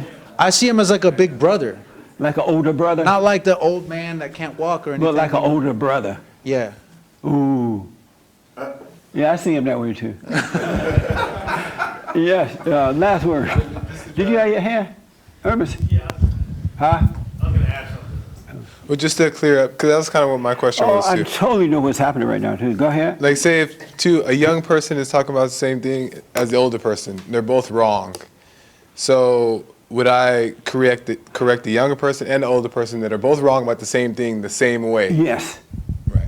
If you notice, until children are corrupt, before children are corrupt, they correct the elderly. And it doesn't matter how old you are. They'll say, oh, your breath stinks. They don't, because they have no hatred in their heart. It's pure love, right? And so they're not measured in the age thing. They'll just correct you. And then the older person slap you until you shut up and put fear in you. And then now things change. But that's how we should be like little children. Treat everybody the same. And you will be. But what I just realized, God's way cannot be figured out. Really, you have to be born again to be it, right? Because it's nothing like what we can imagine. Nothing like it at all. So you can't understand it. It has to be revealed to you. But you treat everybody absolutely the same. That makes sense? Yes. What were you going to add, Ernest? You answered it. Oh, okay. Yes, sir, real fast. And then the young man behind you. I want to chime in what Mark was saying. I grew up with 4 older brothers, and my mom and my dad. So I understand what he's trying to say, how to have respect for elderly people. You know, like if, I don't know, Jeremiah, right? If he were to be talking to me, I'd have a different level of tone with him, something more about his age. But with you, I show you nothing but respect because you're older than me. But why not talk to him the same way you talk to me? I will. Will you be like, goo, goo, goo, goo? No, but because... When Jeremiah and I talk, it's the same way I talk to Ernest. Well, yeah, well, I get what you mean. But with him, it would be a different level of respect. You must be born again. That'll change. Because love is the same for all. Yeah, it is. I agree with that. But it's just the way you talk to someone. With you, I'd be more formal. I wouldn't cuss with Would you cuss at Jeremiah? Yeah, because he's younger. But you're older. Yeah, But why would you curse at a younger? because that's the way they talk. So you act like them. It's more relatable to them. So you relate to a young person. Yeah, because I'm younger. I'm older But than you're him. older than him. You're Yeah. older to be his daddy. No, I'm probably a brother, but not his dad. But that's not the way it should be, but I understand in Yeah, the I Father's get you. sake. I do understand it. Let me yes, sir. And then there. So considering Thanksgiving is coming up, so let's say you're sitting at Thanksgiving around the table with your family. If you don't speak your mind, if you don't disagree with people, that's one boring dinner. Yes. And you're gonna have to drink a lot before you start enjoying yourself. That's right. So if you just speak your mind and disagree, you'll have conversations going naturally. That's People right. will have things to say. The whole table will be talking. It'll be And it's a amazing. great dinner. Yeah. And you can drink absolutely. also if you want to. That's right. So just really, once you're born again, it all changes. You come back to your natural self before you were traumatized. You see that in the kids until they're traumatized. They'll tell you the truth. They don't. I remember with my grandchild, I used to ride him around, and I'll be singing in the car, and he's like, Grandpa, why are you singing? You always singing. So I said, oh, do you like it? No. I was like, you hurt my feelings. Oh, I don't care. They're not trying to hurt your feelings, right? And once you overcome, once you're born again, feelings are not an issue anyway. Only, you hear the people talk about passion and all that. Once you're born again, you become dispassionate. Because passionate people are a danger. You can't trust them. You cannot trust a passionate person. Really, you have to become dispassionate. All right? Yes, sir. Because before the service started or whatever, I saw Mark, and he saw me, and I'm like, oh, you got married? And he's like, yeah, look at my ring. And then I'm like, oh, how long did you guys date for? He's like, oh, a couple of months. And I called him a beta, like, right away. And then he's like, and I'm like, oh, Jesse says 7 years. Mark couldn't wait no 7 years. And then, well, because, yeah, if you're going to spend Boy, a whole you'll be about 70 years old then, wouldn't you? Mark got to make some babies. I think once you get old, you can't wait 7 years. You have to hurry up. If you're going to spend a whole lifetime with somebody, 7 years is nothing, right? No, it goes by fast. Yeah, exactly. Especially you get to know them. Yeah. So you call Mark Beta, did he? I don't know if he got offended. Well, you better be glad he didn't. He knew karate. Really. Amazing. So, any question about anything? You have a question? Okay. And then I got to give you my, I got to end. I give you my biblical question for next week. It's a doozy. A doozy. It's a mamma mia. Yes, ma'am. I think you mentioned like that in order to be born again, it's not something you can understand. It's something that just kind of be revealed It happens. to you.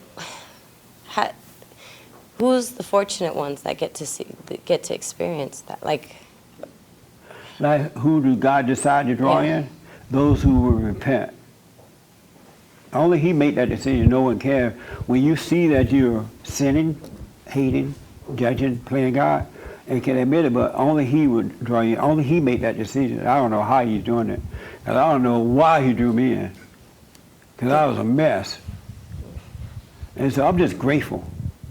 But Christ came so that you can be drawn back into God, back into Him. Are you thinking you're not one of the ones? Yeah. You are? Well, sorry, I don't know why I got emotional. I feel like him, like it just hit me. Yeah. But don't worry about it. Let it happen. No big deal. But I do feel like I'm constantly repenting and seeing my wrong. But I'm always like I can't speak up. I feel like I'm the problem. Like I repent, but I also feel like I'm a problem. Sorry. You say you're constantly repenting? What do you mean? Well, I'm constantly recognizing that I'm wrong. You see that within yourself? Yeah, I think so, yeah. You see in yourself that you're wrong? Mm-hmm. Is that a problem? And then I see that I'm the problem. Right. You see that you're wrong. Yeah. And do you have a problem with that? Well, I think I do because... Why do you have a problem with that? Because then I never see that I'm right, you know. Hello? It ain't gonna happen. You ain't right. That's the purpose of seeing it, so you can constantly just overcome. So I don't see that I'm right. I gotta watch me. I see what goes on, but I don't hate it. And then He works on it. He changes it. But don't think you're gonna wake up one morning and see that you're all wonderful. That ain't gonna happen. That's what You're it is. growing. You're overcoming. He's renewing you. He's working through you to renew you. So no man is good, and no woman is good. So don't think you're going to see that you're good. You're not. Okay. All right? Yeah. But God is in you. He's good, and He'll work through you to change, and He's changing your life. So don't hate what you see. Be glad to see it. Because at one time I couldn't see myself, and as a result of not being able to see myself, I wasn't changing. But now that I have to let me see myself, and I see it, if you don't want to really see yourself, don't ask. All right? Because you will want to trip out. Yeah. But don't ever think you're going to see something wonderful about yourself. When you wake up, you're really going to see yourself, and you're no good. Really, there's no Yeah. good in us. That's exactly what I see from myself. Yeah, so don't keep repenting. The fact that you can see it, God is showing it to you. So he's changing it. And be glad to see it. Okay. Meaning don't resent it. Okay. All right? Yeah, That makes sense? It makes a lot of sense. Yeah. You see goodness in Boo? No.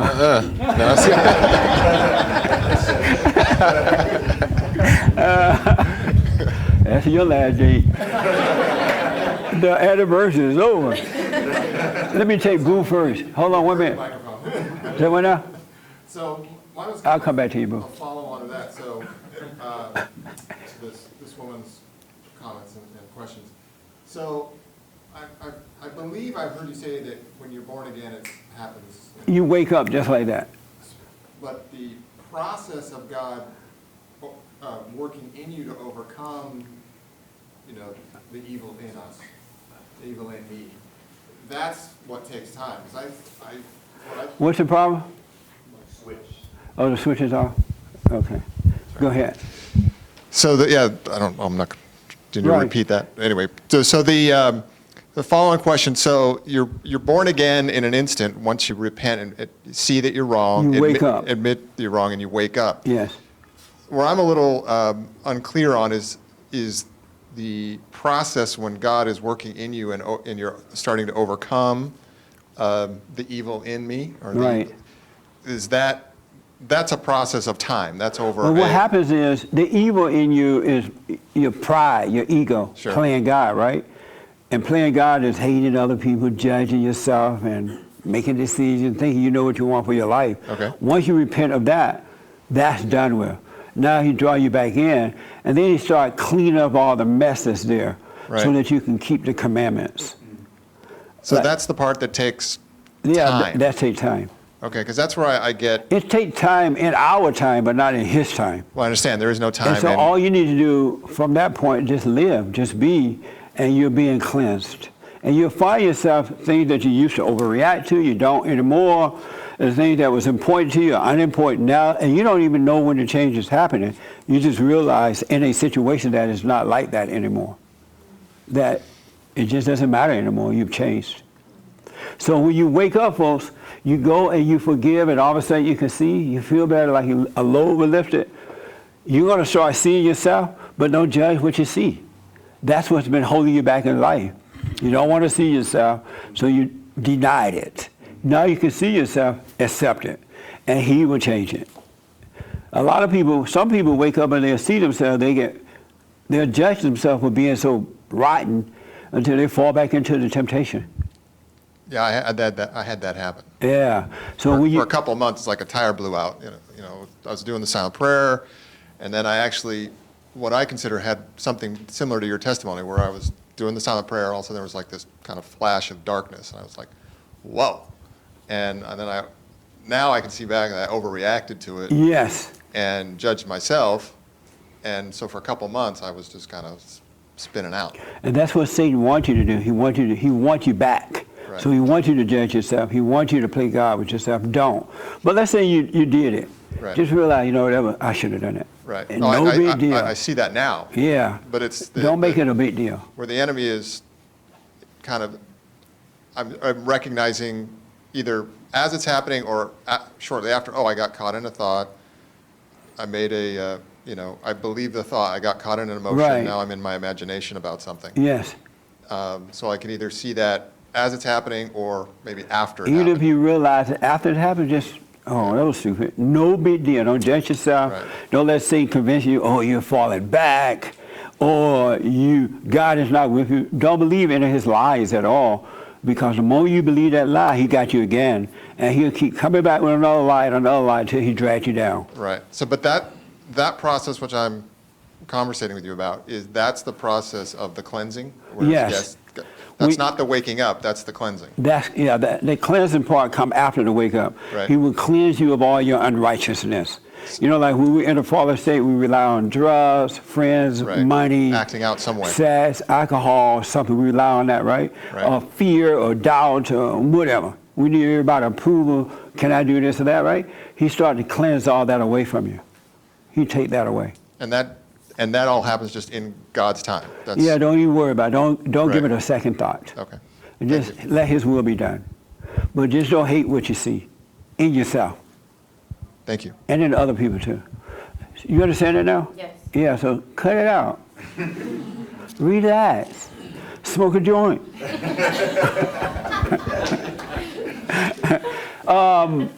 So I answered everybody a question. That's it, right? Okay. So real fast, I have a brand new biblical question for this week. I wrote it down. Oh. This is so good. My biblical question for this week, and I'll ask the ex-street preacher. Was Christ created? Was Christ created? Isn't that an amazing question? Now everybody wondering, what do you mean by that? I never thought of that. You say, real fast? I'm just going to ask a couple of people, we got to get out. I think I remember reading about it, and I think he was, but I'm not sure. I'm sorry? I think he was. You think that Christ was created? Yeah, from what I remember. All right, let me ask my guest. Was Christ created? Yes, Christ was created. Interesting. And why do you say that? Because God created I'm not saying he wasn't. When I went, I'm just playing around. Yeah. I'm just being black. Because God created everything, right? And I believe it's Job when God asked the question, who wants to go down? Because, you know, the Israelites are running amok. Who wants to go down? And Christ raised his hand and said, I'll go. Okay. Amazing. So God asked him that in heaven? Yeah. Who want to go down to earth and help the folks? Yeah. And Christ raised his hand? Mm-hmm. Amazing. I didn't know that. And I'm a preacher. Yeah, I believe it's in Job. Even the preacher's dumb. I told you I was black and dumb. Oh, slow. Thank you, man. You're welcome. Any other questions for me? It's my first time here. No, I think you're doing amazing work and keep up the good work. Thank you, I do man. have a question. Can I be an intern for the Fallen State? Amazing. We're always looking for them. We'll talk to you afterward. Okay. Ernest, was Christ created? Honestly, I've never thought about it. I don't know. You don't know? I'm going to think about it, though. All right. Let me ask Mark. My bodyguard is back. Yes, Christ was created. You say yes? Yes. Okay. You know that for sure? Yes. Okay. And how was he created? He was created by the Creator. How I don't did know the how he creator? did it, but he did it. He was created by God. We understand that God is the creator of all of us, the Father of all. Does it say anywhere in the Bible that Christ was created or not created? I doubt it says anywhere in the Bible that he was created or that he was not created. I can't ask you, Frankie, because you may give the right answer. So put your hand down. What do you say, Gretchen? You're a little Christian. Was Christ created? I want to say yes, because he's such a big part of like the Bible, and that if he wasn't created, that there's a big part of the Bible that's just nonsense. I will say that I grew up in a religious family and was taught that he was created and had no time, did not have a hard time believing that when I was little. And then there was a moment in my life where I kind of fell away from religion and was doubting everything in the Bible. So Right. at that point in my life, I was like, there's definitely no Jesus. Like all these stories are crazy. And then came back to Christianity and just accepted it. But never, I don't know. I don't know if he was created or not. Amazing. How about, this your first time here? Oh, good. What's your name? My name is Christian. Any questions for me at all? No. Well, I'm glad you came. How did you hear about us? A friend of mine turned me on to your YouTube channel. Right on. And what do you think about it? I love it. Amazing. I love it. I've actually turned you on to other people and other men, and they love you as well. Right on. Mhm. Thank you for that. You're welcome. Was Christ created?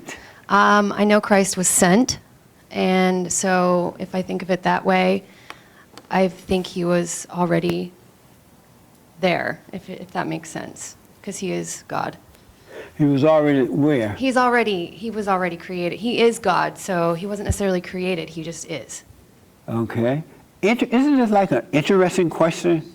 What do you say? And then here, and then I got to end, folks. Oh, I can't wait for you to hear Joel answers. I asked Joel this morning.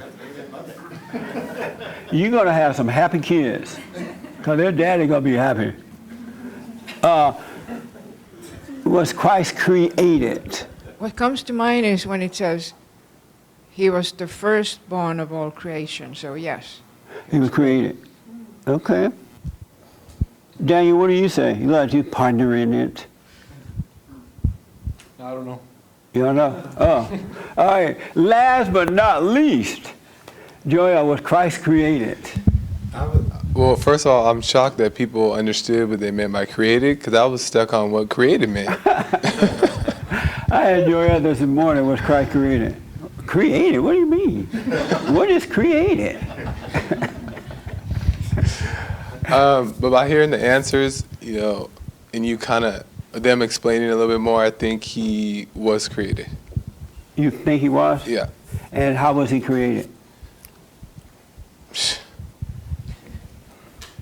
I can't answer that, because I don't quite know.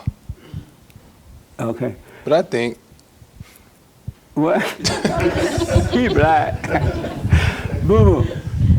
Was Christ created? Oh, Jesse, I would say, oh, that's so interesting.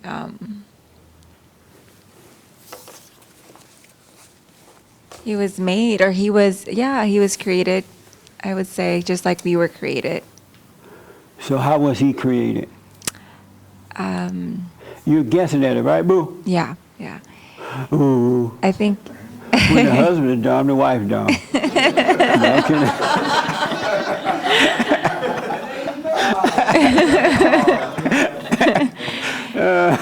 I would say. Mirror image of the husband. Poor kids. Y'all better make a lot of money. No.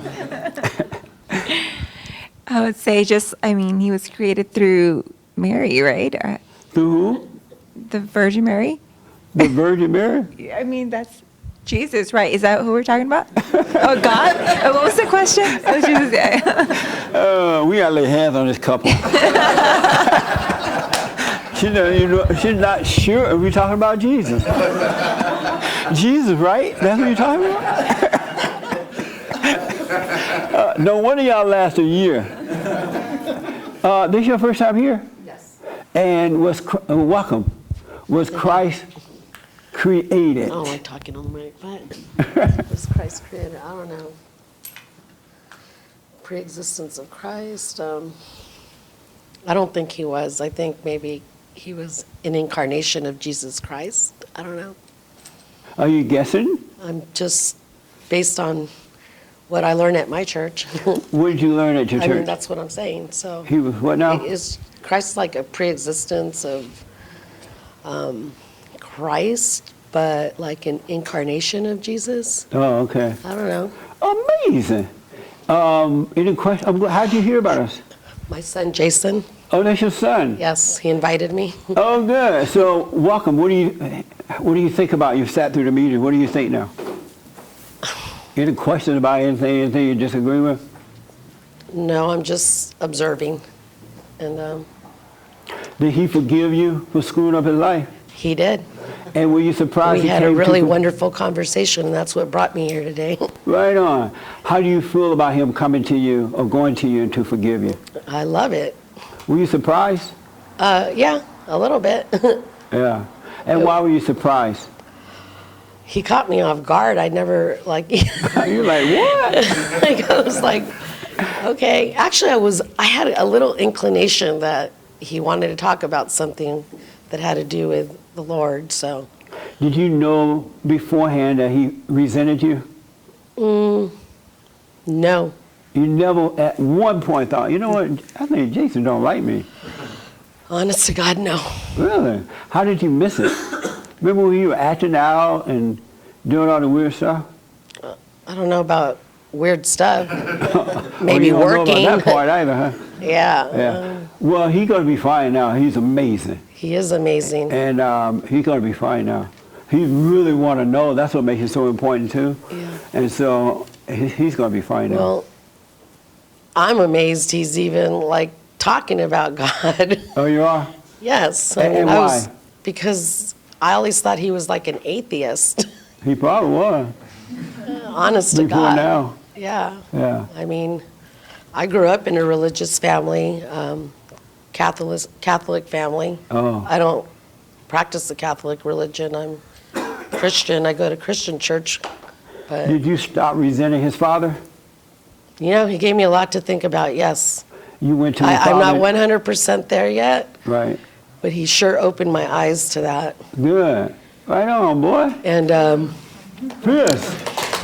that's why I'm here today. Thank you. I've been watching some of your YouTube stuff too. Oh, right on. Yeah. Why have you, being a Catholic and a Christian, why have you gone and forgiven? Why have I what? Why you didn't go and forgive a long time ago? His father? Uh-huh. There was just so much animosity there. It was too much to forgive? Yeah, it was painful. So will you go and forgive? Yes, in order to be free, I have to forgive. Yeah, absolutely. You have to if you want to, if you really want to know God, you really want to be drawn back into the kingdom of heaven, you must forgive. Then he'll draw you in. But He's that given me a nature lot is- to think about this whole week. Right on. That's amazing. Thank And you. that's all I want you to do is think about it. Start looking at yourself and knowing yourself, everything else will change. But you got to forgive. Going to church and reading the Bible, don't do it. You must go and forgive. Yeah. All right? I'm learning that. It feel difficult to do. I thought I knew how to forgive until Jason pointed out a couple of things to me. I'm getting emotional, so I'm going to pass the mic. No, that's all right. We got a whole lot of crying babies up here today. Even the man, even the man led off with the tears. So if the man can cry in the public, you know you can boo-hoo. So what's your answer? Was God created? It's my biblical question for the week. I'm gonna talk. And the reason I ask him because God doesn't want us to be dumb to anything. He wants us to see. He wants us to know. And through him we can know all things, right? So he doesn't want you to be blind. And so I throw these questions out there just to get the people to kind of think about these things and don't just go through life thinking you know something when you don't know and your life is not changing. But when you get to know yourself, it's going to be amazing. So that's why I put the biblical questions out there. I'll respond to it next Sunday if the Lord is willing and the creek don't rise. But I ask, I put it out there on the radio show. So listen this week. You're going to hear some weird stuff about God. I'm sorry? From Santa Clarita, so Oh, you can listen to the show up there I'm too. going to have to come down and listen to you again. Oh, good. Come back anytime. This is home. Thank you. All right. As a matter of fact, on the third Thursday night, we have a meeting for ladies only. And I don't know if do y'all still want those meetings? Yeah. Okay. Because the lady kind of iffy. But if they want it, we'll have it. Thursday. What'd you say? I said last month's got canceled. Right. Yeah, I had to. But we had anywhere between 40 and 45 men here last Thursday night. And it was amazing. We dealt with man stuff. Really. It was amazing. But I'm not sure about the ladies. They kind of fittified. You know what fittified is? Do you know what fittified is? Oh. Do you know what fittified is? You're so fittified. James, what is fittified? It's when you're like picky. Yeah, just, I don't like that. I don't want that. I want that. Or you're just moody. You see, one moment you're happy, right? Next moment you're just moody. And my grandparents used to say, boy, or if it's a lady, most of the time it'd be women, but they'd say, you so fittified. Go set your fittified stuff down. Meaning that you're not stable. You're one way 1 minute and another way. That's a country term, fittified. But anyway, we're so out of time. Thank you for tuning in. I absolutely appreciate it. Don't forget the Bond Building Fund. We have a video. Where's the video going up, Hermes? Tuesday. We're going to put a video up on Tuesday of, at least one of the buildings that I went to check out the other day. So go to rebuildingtheman.com or call 800-411-BOND, all right? I do appreciate it. And don't forget your donations. Any announcement, Hermes? Not this week. The office is not open tomorrow because it's Veteran Day or something. Right, Veteran Day. But we are doing the radio show live. It's just the office is not open. I didn't tell Joel we weren't open because he didn't want to stay home and sleep. I know, but he loves his sleep. He'll pretend it's for the veteran. But we are doing the show tomorrow.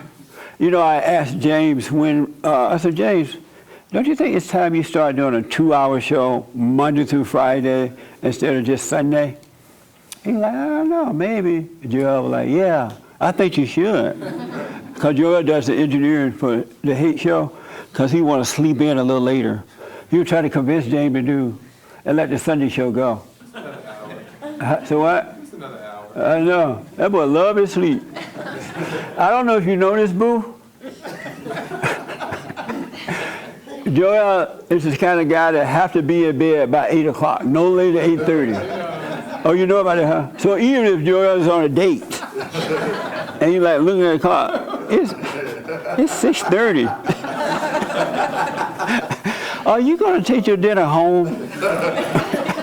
Because that boy has to be in bed no later than 8:30. You know about that, huh?